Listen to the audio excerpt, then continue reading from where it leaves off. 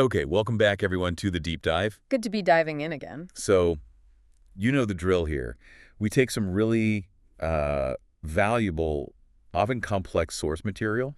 Could be research, maybe an intense curriculum. Like the one we're finishing up today. Exactly. And we try to unpack it and make it really actionable for you.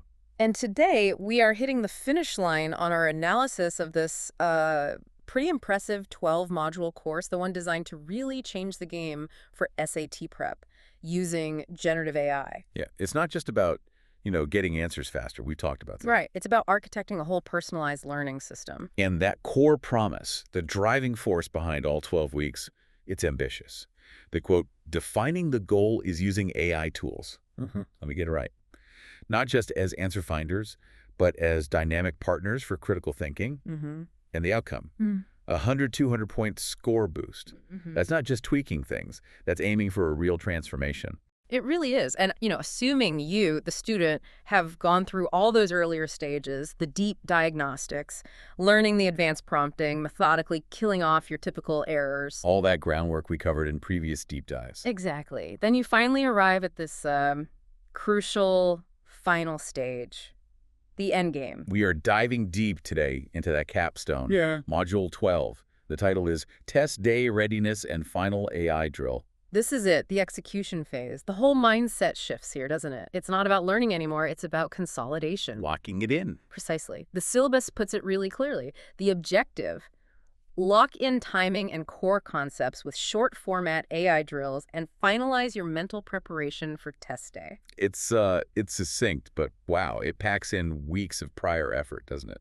It really does. It assumes all that hard work has been done. What really jumps out at me is hitting Module 12 means you've shifted gears. Yeah. You're done with the heavy lifting, the intellectual weight training phase. Now it's about fine-tuning, getting ready for peak performance, moving away from just acquiring knowledge. Yeah. That phase is over. And really stepping into execution, automaticity, making sure it's all right there, ready to go. The stability phase. That's a great way to put it, the stability phase. Hashtag tech section 1. The philosophy of the final stage execution, not acquisition. And that shift, that transition, it's grounded in, well, solid cognitive science, really. We're talking about a fundamental change in your whole preparation philosophy. Okay. For the 11 weeks before this, the focus was intense, right? Digging into patterns, finding concept gaps, building strategies. Hard work. Hard work. Now, the system you've built, that personalized engine, it needs to take over. But wait, doesn't that kind of fly in the face of, the typical high achiever instinct? If you find a weakness, like 2 days before the test, your gut reaction is probably to panic and cram. Right. Try and fix it frantically. This course seems to say, nope, don't do that. Why? Okay, yeah. That brings us straight to this idea of avoiding the cramming trap. Why is it so important, especially this late in the game, not to be chasing new information? Tell me more. Well, it comes down to cognitive load. Your brain has a limit, especially when it comes to recalling information under pressure. Okay, cognitive load limit. Let's unpack that a bit. How does cramming interfere? So imagine you try to shove in some new, barely understood concept right before a huge test. You're essentially throwing static into a finely tuned radio signal. Okay. It's called retrieval interference, that shaky new piece of knowledge. It doesn't just sit there quietly. It aptly competes with the solid, well-practiced skills you spent months building. It creates like a traffic jam in your brain when you try to access what you really know. So hang on.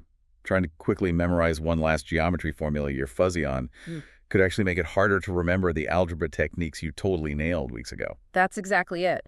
The time you invested earlier systematically weeding out those specific errors we saw back in Module 8, really getting the nuance of vocabulary. That knowledge is solidified, it's accessible. The goal in this final week, the whole point of Module 12's design, is to protect that accessibility. You avoid burnout. You respect that cognitive load limit. Right. And you focus on keeping the skills sharp and ready, not muddying the waters with confusing new stuff. It's interesting that the course is so disciplined about that.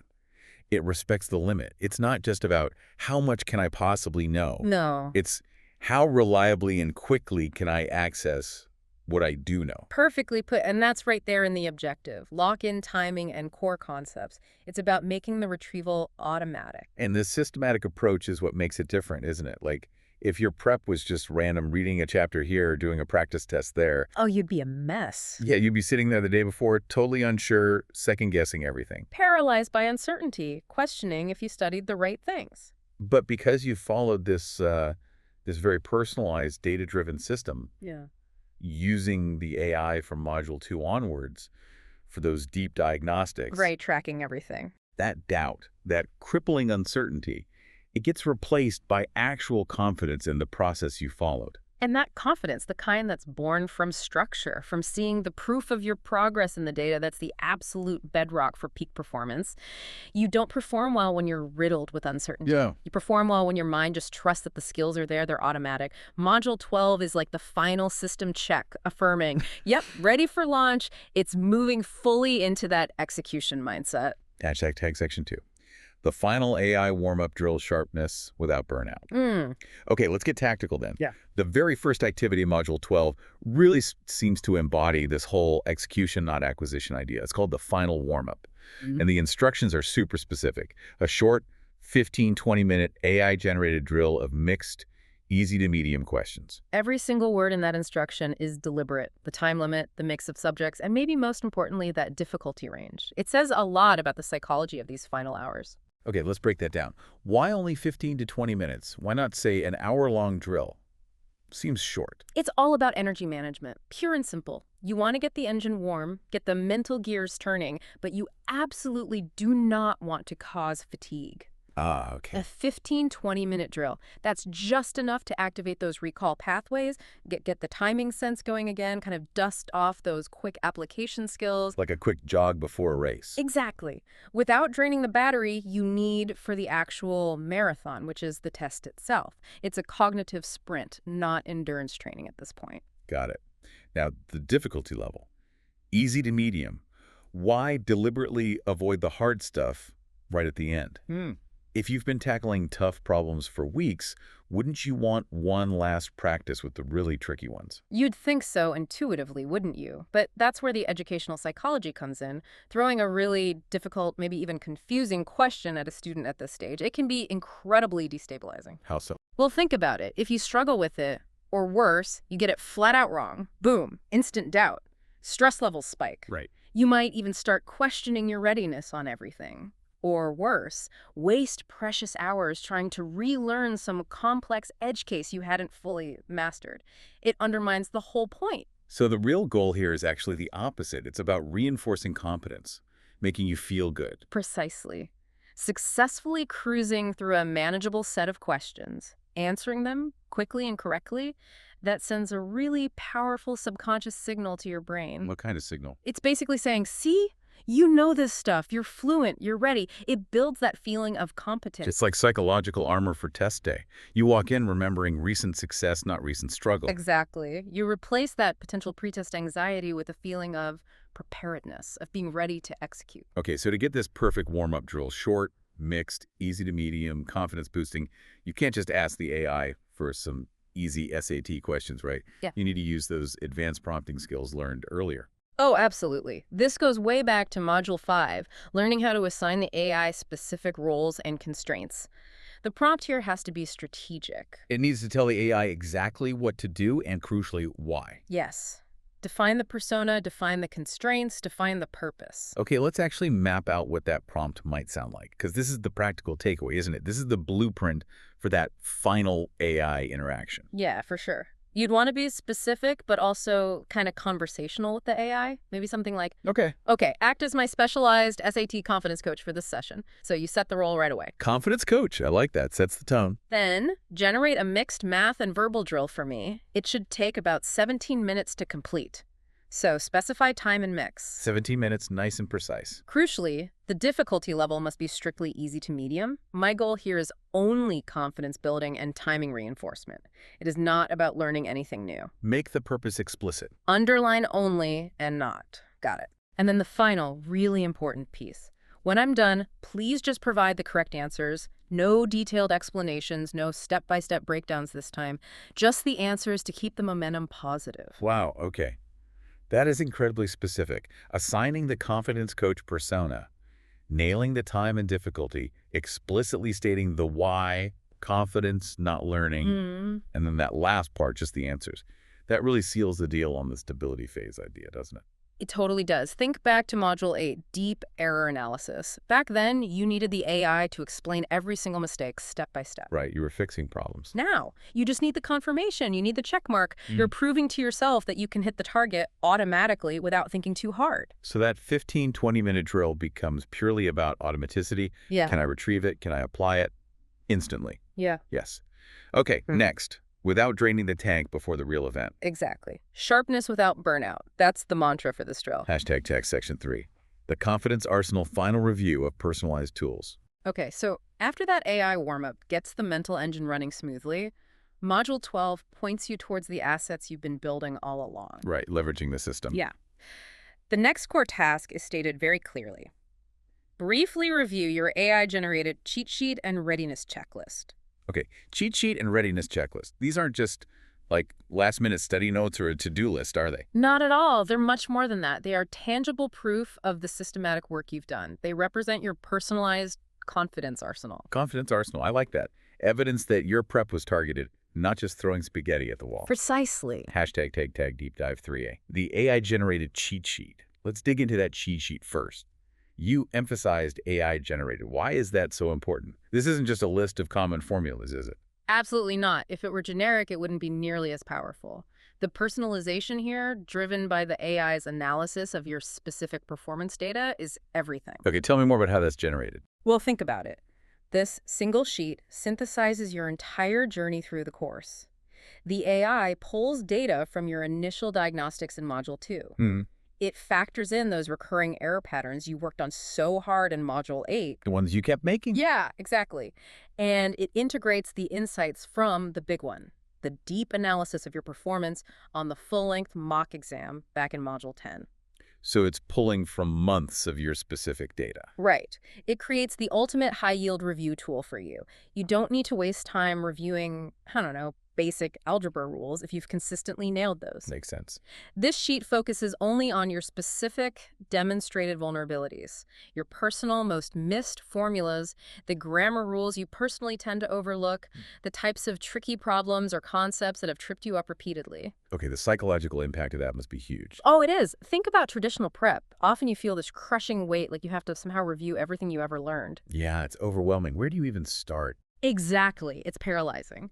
But here, the AI, acting like your personal data scientist, takes that entire mountain of potential review material and boils it down to one single manageable page. A page showing exactly where your few remaining potential weak spots are. And it's super specific, right? Not just review geometry. Oh, absolutely granular. It wouldn't just say geometry. It might say, review the formula for sector area, specifically when given arc length, you missed this twice in Module 6 drills. Wow. Or for verbal, it might be, remember the difference between affect and effect. You swap these on the Module 10 mock. Or focus on identifying the author's primary purpose in paired passages. You struggled with distractors on this in Module 9. That level of targeted recall has to be way more efficient. Hugely efficient and incredibly stabilizing psychologically. It completely changes the feeling from, I'm overwhelmed, I don't know what I don't know. Okay, I know exactly where my potential pitfalls are, and I have this concise reminder right here. Precisely. Confidence comes from feeling in control. This personalized cheat sheet gives you that control in the final hours. Hashtag tag deep dive 3B. The AI-generated readiness checklist. Okay, that makes a lot of sense for the academic side. Now let's switch to the other document, the AI-generated readiness checklist. This sounds more logistical. It is, but it's just as important for managing pre-test anxiety. It tackles the other source of stress, the practical stuff, the logistics nightmare. Right, all the little things you worry about forgetting. Exactly. Testing nerves aren't just about the questions themselves. It's that nagging fear. Did I charge my device? Do I have the right ID? What am I going to eat for breakfast? Where do I park? Oh, yeah. Decision fatigue. That's the perfect term for it. This checklist is specifically designed to eliminate decision fatigue in those critical final 24 hours. Can you give a concrete example? How does ticking off boxes on a checklist actually save mental energy for the test? Sure. Think of it like packing for a really important trip. You don't want to be running around figuring out what you need an hour before you leave for the airport, right? No, you want a list you made days ago. Exactly. This checklist does the same for test day. It covers all those night before and morning of essentials, like Confirm device is fully charged. Check. Lay out admission ticket and valid photo ID. Check. Plan a balanced breakfast, maybe oatmeal and fruit, not sugary cereal to maintain energy levels. Check. So it prompts you to think about things like blood sugar. Absolutely. Avoiding that mid-test energy crash is crucial. It might even prompt map route to test center, confirm parking situation. Check. Set 2 alarms. Check. Pack approved calculator, if applicable, and pencils. Check. It's basically automating all those low-level but still anxiety-inducing decisions. That's exactly it. By confirming that maybe, 20 or so of these little administrative steps are handled and checked off, Right. you free up 100% of your valuable mental bandwidth for the actual high-stakes tasks on the test. Critical reading, complex problem-solving, strategic thinking. So the final days leading up and the morning of, they feel calm, organized, structured. Yes. You get this pervasive sense of being in control, which directly combats panic.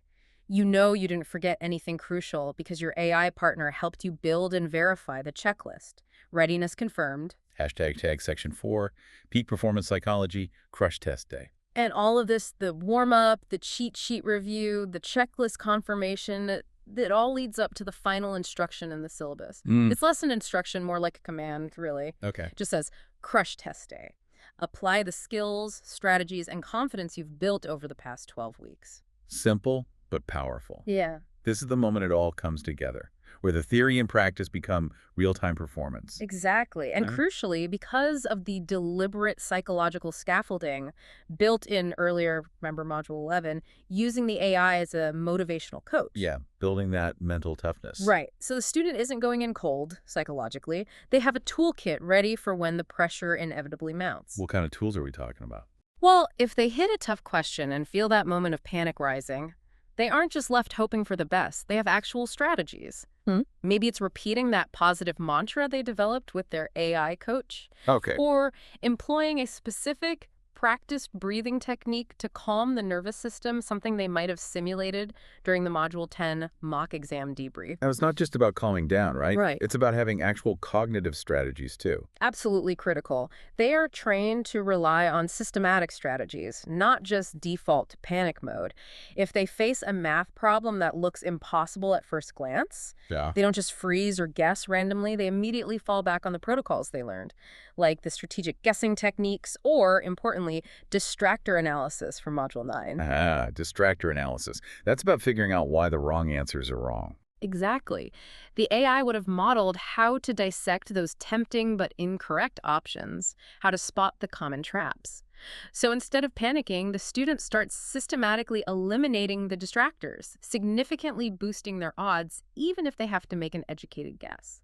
So they trust the process of elimination, which feels way more controlled than just random guessing. Way more controlled. It provides a path forward even when you're momentarily stuck. Trust the system, not the panic. Another huge psychological edge seems to be just knowing the test environment inside out. Oh, massive.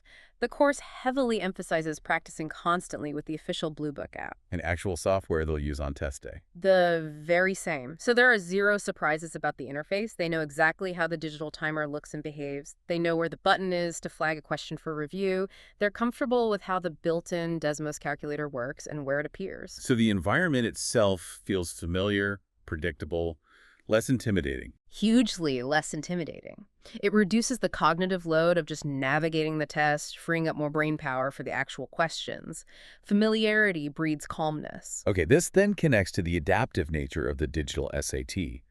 For someone unprepared, getting harder questions in the second section could trigger panic, right? Oh no, it's getting harder. Definitely. It could feel like they're failing.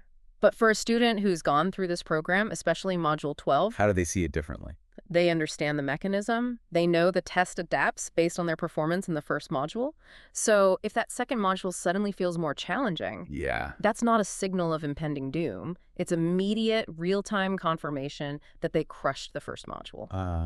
So it's actually a reward signal, not a threat signal. Exactly. It's positive feedback. Okay, I did well. Now the test is matching my higher level.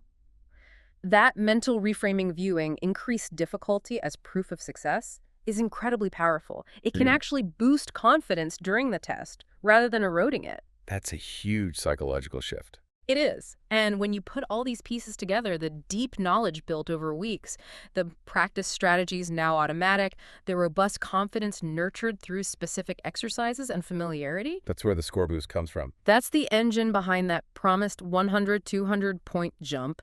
It's not magic.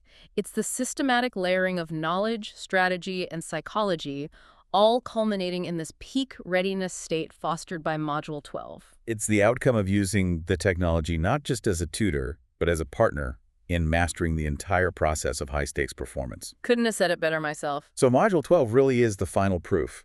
The student isn't just a student anymore. They've transformed into a prepared performer, ready to execute. Ready to crush test day, as the syllabus says. Hashtag tag outro. Okay, so wrapping up our deep dive into Module 12, Hmm. it really feels like the final confirmation, doesn't it? It affirms that the student has made that crucial shift from, anxious studying to a state of absolute readiness. Yeah, totally. Organized, strategically solid, and crucially psychologically primed to perform under pressure. It changes the whole perception of the SAT. It's not this scary monster anymore. It's a scheduled performance. And you have your script, your personalized plan for success. Exactly. But, the implications here go way beyond just the SAT or even standardized tests in general. This approach has lessons for any kind of high-stakes learning or performance situation. Okay, so let's leave our listener with that final provocative thought then. Uh-huh. What's the bigger picture takeaway from this kind of AI-driven, systematic approach to readiness? Well, think about how these AI systems are changing the game. AI is getting incredibly good at delivering content, managing facts, analyzing data, things that used to be central to education. Right. But the AI can't master your own thinking process for you. So the real value shifts, doesn't it? The truly valuable skill that this course and systems like it seem to teach. It's learning how to use these powerful tools to refine and master your own metacognition. Metacognition, thinking about your own thinking. Yeah, and strategic application, learning how to learn better, how to perform better, using technology as a partner. That ability to leverage advanced tools to deliberately optimize your own cognitive processes. Oh, that feels like the core skill for the future, doesn't it? Learning how to learn and perform strategically with the best tools available. That really is the deep knowledge worth going after. I certainly think so. Well, thank you for joining us on this deep dive into Module 12 and AI-powered readiness. We really hope exploring this final stage has given you some insight, maybe even a blueprint, for reaching peak performance in whatever high-stakes situations you face. Absolutely. Until next time, keep questioning, keep digging, and keep thinking about how you think.